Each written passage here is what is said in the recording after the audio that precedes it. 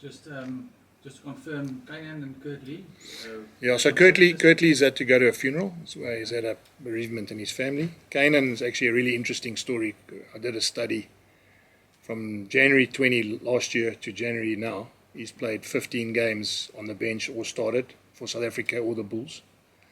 And it makes me think that we're going to have to relook at this 5-week break or 8-week break players get. They're going to try and do it on an individual basis.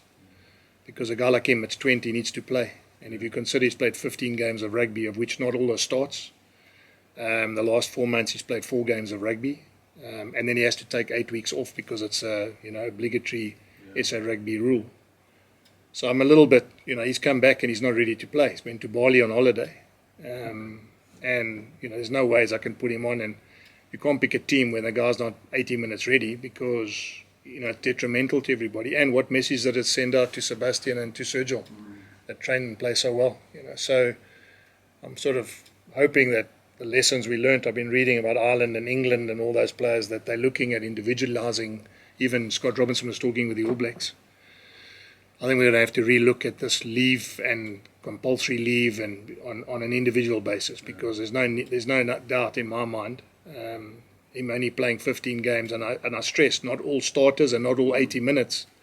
Is a minimal amount of rugby for a young guy who's supposed to be developing, considering he came out of a COVID year where he didn't play rugby. So, you took it in the last 4 years. It's not much rugby this guy's playing, and we all think he's going to be one of the superstars. It's interesting.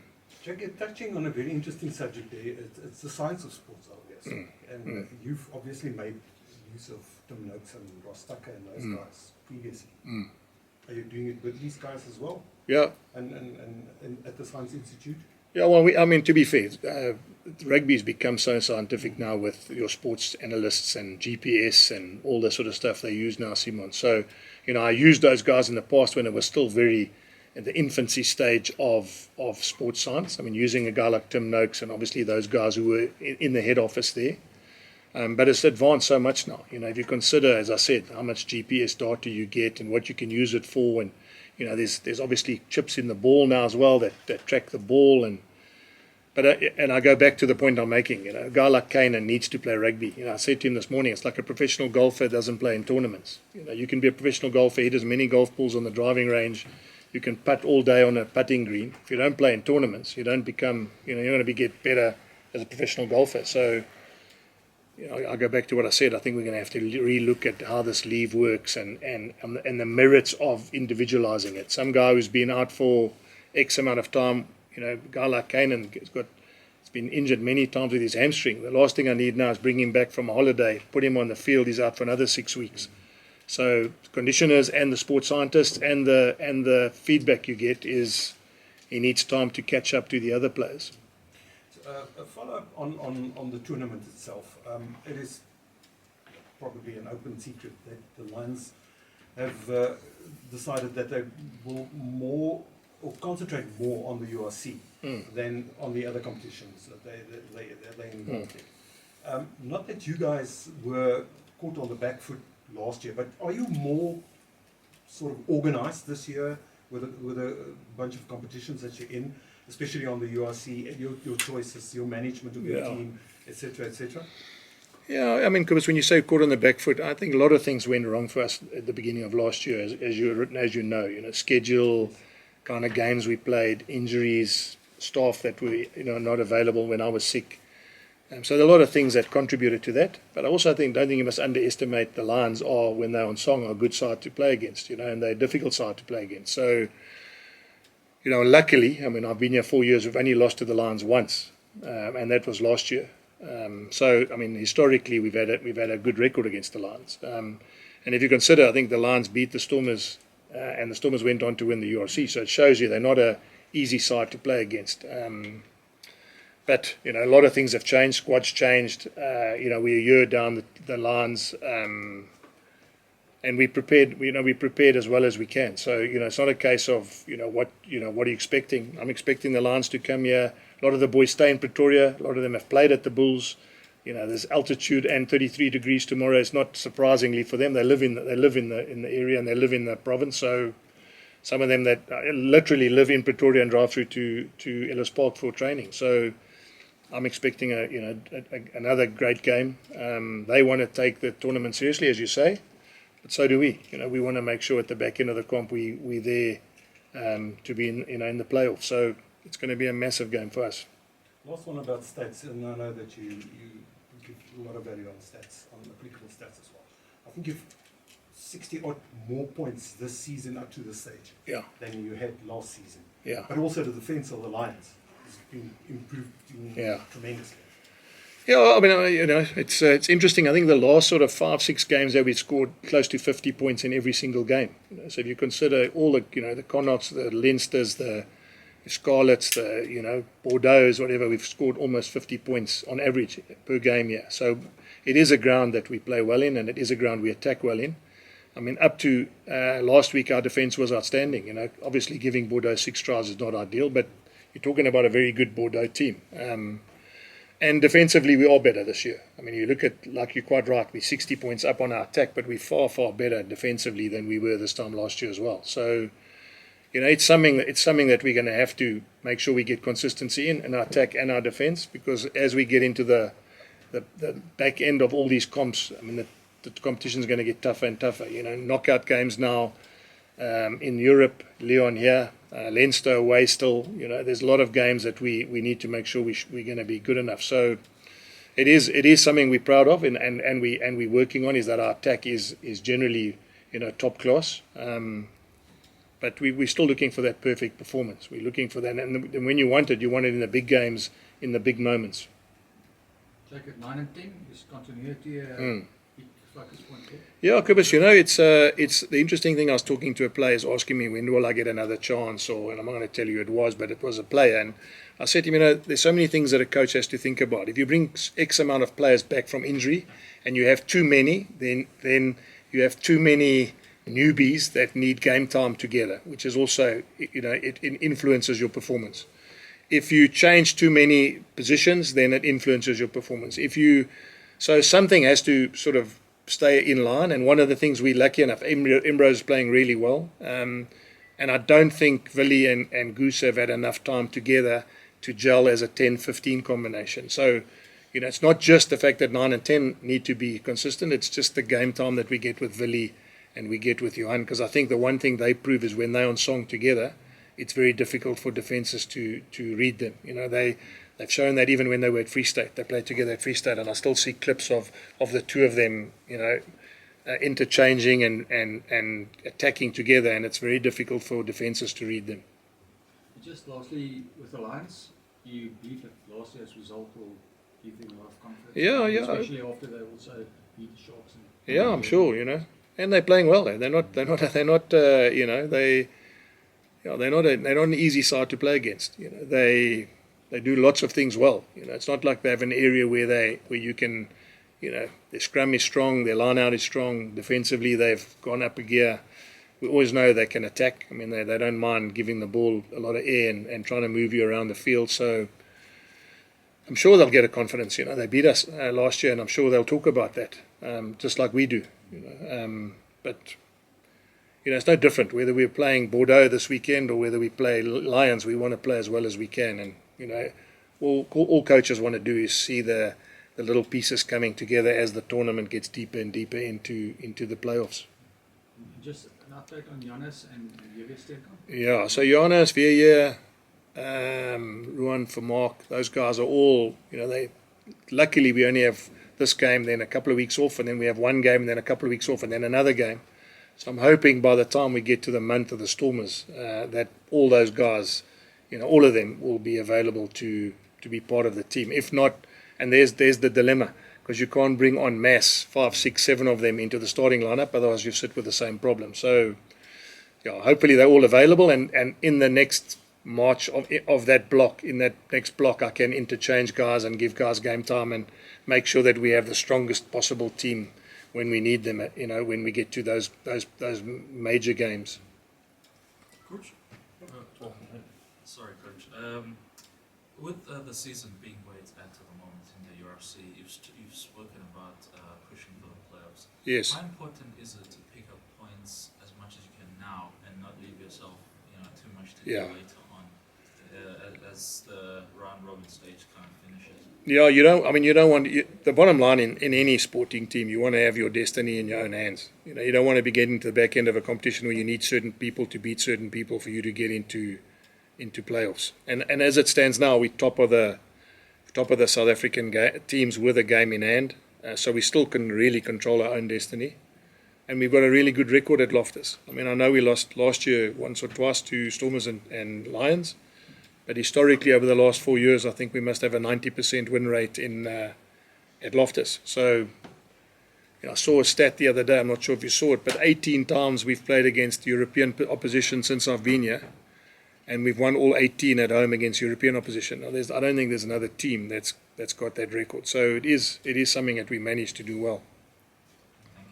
Coach, is there a difference in mentality as to when you juggle two different competitions, Yeah. two different, let's say, intensity and stuff, or is always just more of the same? Look, I'd like to believe there isn't, and there shouldn't be, but sometimes a player, and we got 3 competitions, so you say 2, when you get to the Currie Cup this year as well, some players feel that if you pick them for the Currie Cup, it's almost like they've been sent to the B team. And I think it's a little bit like the olden days. It's the layover from what happened when you played Super Rugby and went to Vodacom Cup. So a lot of players feel that if you don't pick them in the starting Super Rugby team, and I'm talking about in those days, or whether it's in the URC or Champions Cup team, you're almost demoting them to the... So what we're working hard on at the Bulls is that shouldn't be the case. When you play for the Bulls or you play in a light blue jersey, it doesn't matter which competition, you've got to play as well as you can, and you've got to get a result. So it is something we're conscious of, but it has been in the past a situation where one competition takes, whether you like it or not, takes precedence by the public, by the media, by the supporters, and we're going to have to push hard as a group to make sure we don't get caught in that. Last week, in the last 20 minutes or so, the Bulls seemed to lose a bit of focus there, and the replacements didn't seem to gel all that well. And also, your bench this week seems to be very, very quick and everything. Is that something that is a choice you made to address that kind of problem? Yeah, well, that's exactly one of the reasons why I went with what I did today. I don't want to get caught again like that. I didn't want to get caught when one of the interesting things, I looked at the back end of that game, and we didn't have bad players. I mean, there were good players on the field, but they've never been together. And they never even trained together. I'm talking about that combination. We change a lot, we move guys around, but what are the chances of what we finished with there? And it's no one's fault, it's just through circumstance. We finished with that group of players. And I just felt that the learnings of that is that we've got a bench now that if we finish, and as I said to you, finish Cameron at 8, Marcel in Marco's place, Ulrich at 7, that combination's played as a starting group. If you go Reinhard Ludwig with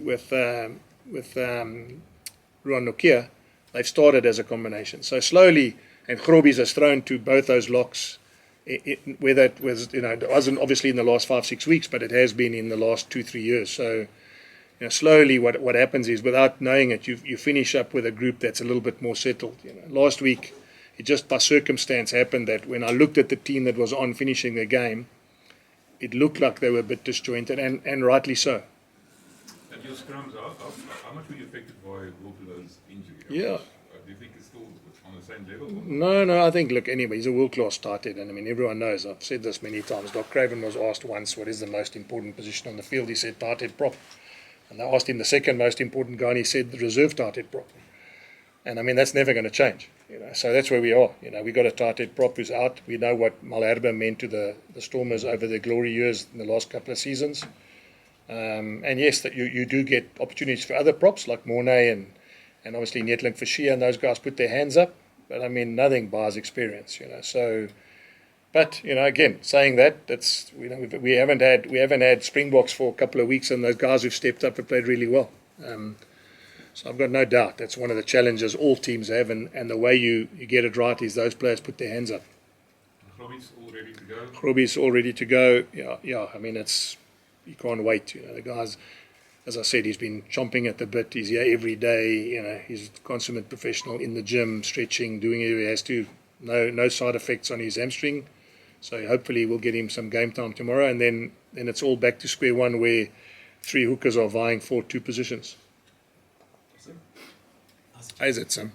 I suppose the question to ask is about the changing DNA of Bulls rugby. Yes. Obviously now versus the old days. Yes. I don't know how many offloads you guys had Yeah. in your game against Porto. 23.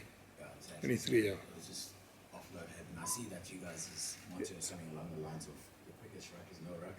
Yes.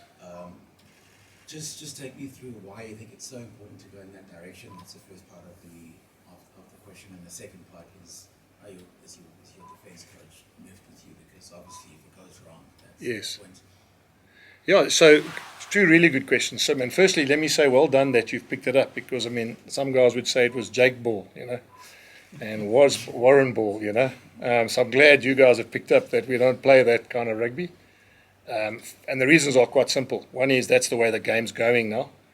Two is I've been lucky enough to coach in Japan, France, Australia, and I've been managed to be able to add more strings to my bow as a coach. I think the Bulls have got no doubt that historically they have a DNA, and we're never going to go away from that DNA as an opportunity to use it. You still need big forwards, you still need big ball carriers, you still need a good set piece, you still need to have certain positions where you have depth in those positions. That's one of the secrets of the Bulls. If you look in the glory days to have Donnie Rousseau playing number 8 and Pierce Spies playing number 8, that just shows you what kind of depth they had. Two guys, World Cup winners. And those are the boxes you've got to tick as the Bulls coach. But the game's changing, guys. And you can see, one of the things Simon will know, when I started here, I said, teams that win competitions are the teams that score the most points. Crusaders, Brumbies in their glory days. You look at those teams, the competitions they win, you got Panasonic playing in Japan, they score the most, Suntory score the most points, and inevitably they're always near the top or winning the competition. So Sim, it's the game's changing, the body shape of players is changing, defences are getting better. I think players are becoming a lot more much more educated about the game than it was, because they spend so much more time studying, games and opposition, etc. And does it affect the defence? Of course it does. I think one of the things that rugby has become, it's a little bit like football. It's the ability to understand transition. So you look at the good football sides, the ones that turn the ball over are the ones that get it back quicker. And the ones that are really good football sides are the ones that when they gets turned over, they punish you. And there's a lot of synergy between football coaches and rugby coaches now. You look at coaches are meeting with football coaches and discussing the ability to understand transition, the ability to close off teams when it's unstructured. One of the things that happened, and I don't want to give you a rugby lesson, but in the olden days, you would spend 2 hours of training. The forwards coach would stand at the line out for 1 hour and 59 minutes, and they would do the line outs and scrums, and then they would do shadow, and then they would go home.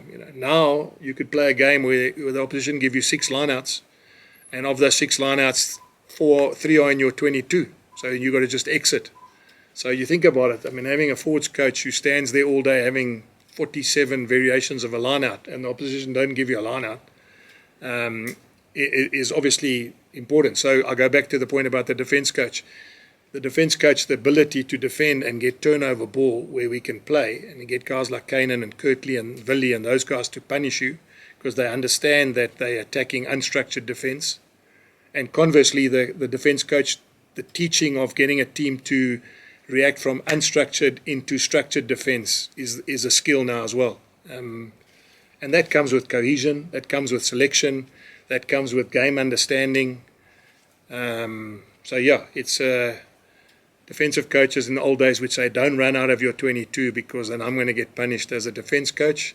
But I think defensive coaches now understand the best opportunity is the picture in front of you and the ability to coach that. What about the Lions? What's your analysis of why they've been so competitive this season? Well, I don't think just this season. I think generally they've been growing and growing and growing, and they are that team. The style they play is difficult. It's difficult to play against because that understanding, again, what I've just said to you, Sim, they have a great ability to attack from into unstructured, and they're not scared to have a go at that. And they're a group of players that want to prove something, and it's like anything, It's a little bit like a heavyweight boxer that grows up in the Bronx. He's going to be tougher than the one who lives in Hollywood. And they've built this team together. They've got lots of guys who have come through together. Some of them see this as an opportunity to take the next step up. and that's why they're so difficult to play, because they look as though they're desperate to do well, and that's always a dangerous thing when you play against a team like that. So, well coached, stayed together a long time. They've been building for a while, and they do most of the things well. When I say most of the things, they scrum well, they maul well, they keep the ball well. Defensively, they've improved. So they make it difficult for you to play against. I mean, to take a team like they did to Montpellier, I coached in Montpellier. Take a team like that and lose 13-3 in Montpellier gives you a lot of confidence, because literally up to the last play, I mean, that one player dropped the ball, it was just 13-10. That's not a bad. There's not many French sides that go to Montpellier and lose by 3 points. Good day, Coach. Coach, you spoke about how competitive the Lions are, not only in this season, but also in the previous season. So my question is, based on all the teams that comes from South Africa that are playing in the URC, what changed, if you were to do your analysis since from the beginning of the league? Do they stand actually to walk away victorious or with the title come end of the season of the URC? Yeah, look, I mean, that's a difficult one. I just think they've improved, and they do things they do very well. Whatever style it almost looks like they all understand what they're trying to do, and that's always a good thing, because it means that they're all on the same page. It's not like they play individually. If you look at that team, it's not like one or two guys stand out. I mean, they literally, as a group, are play as a group, and that would be their strength. And that's why having guys like I said, Kobus, where we have guys like Sergil and Sebastian playing well, you got to, I would much rather have a guy that's ready and wants to play than a big name that's not ready, because big names don't win against the Lions. Jake,